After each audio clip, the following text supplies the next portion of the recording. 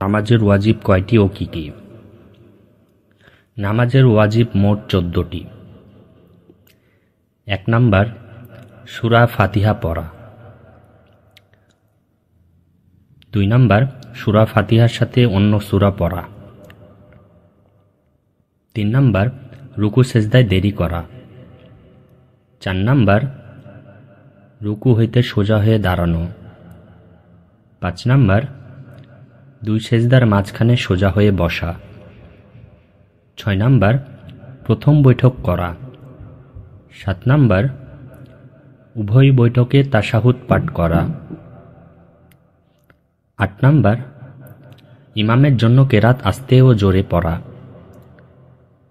9 number ভিতরের নামাজে দোয়ায়ে কুনুত পড়া।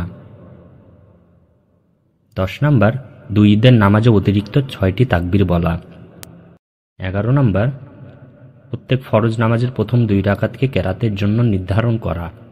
12 নাম্বার প্রত্যেক রাকাতের ফরজগুলির ধারাবাহিকতা ঠিক রাখা। 13 নাম্বার প্রত্যেক রাকাতের ওয়াজিবগুলির ধারাবাহিকতা ঠিক রাখা।